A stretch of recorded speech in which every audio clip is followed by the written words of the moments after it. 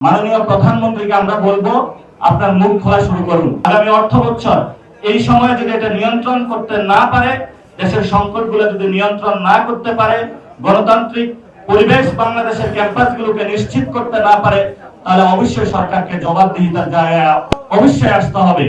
এজন্য মাননীয় প্রধানমন্ত্রীকে আমরা বলবো আপনার মুখ খোলা শুরু করুন। আমরা আপনার কাছে জবাবদিহিতা চাই, অ্যাকশনের আমরা রেজাল্ট দেখতে চাই। আপনি বলেছেন সোশ্যাল সেফটি নেটস এর আওতায় বাংলাদেশের অনেকগুলো মানুষকে বিভিন্ন খাতে কার্ড দেওয়া হবে। আমরা এটাকে অভিনন্দন জানাচ্ছি, কিন্তু যে সেখানে যে টাকাগুলো আপনি ব্যয় করবেন, সেটা বাংলাদেশের যে বাজেট রয়েছে কত পার্সেন্ট ব্যয় করছেন, সে টাকাগুলো কোথায় থেকে আনবেন সেটাও জনগণের জানার অধিকার আছে।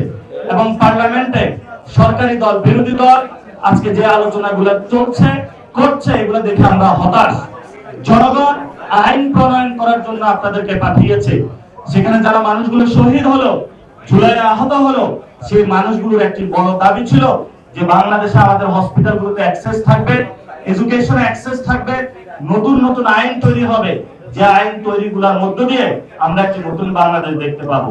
কিন্তু সরকার সেখানে গিয়ে আমরা দেখলাম কি বিরোধী দলকে একবার হলো হাস্যজ্জ্বল মুখে হলো সমালোচনা করে, আবার হলো সরকারি দলের মধ্যে সরকার হলো কখনো কখনো চুপ করে থাকে। আমরা আশা করব এই যে আমাদের যে সংকট রয়েছে, এই সংকট থেকে ইনশাআল্লাহ আমরা ভবিষ্যতে উত্তরণ করতে পারবো।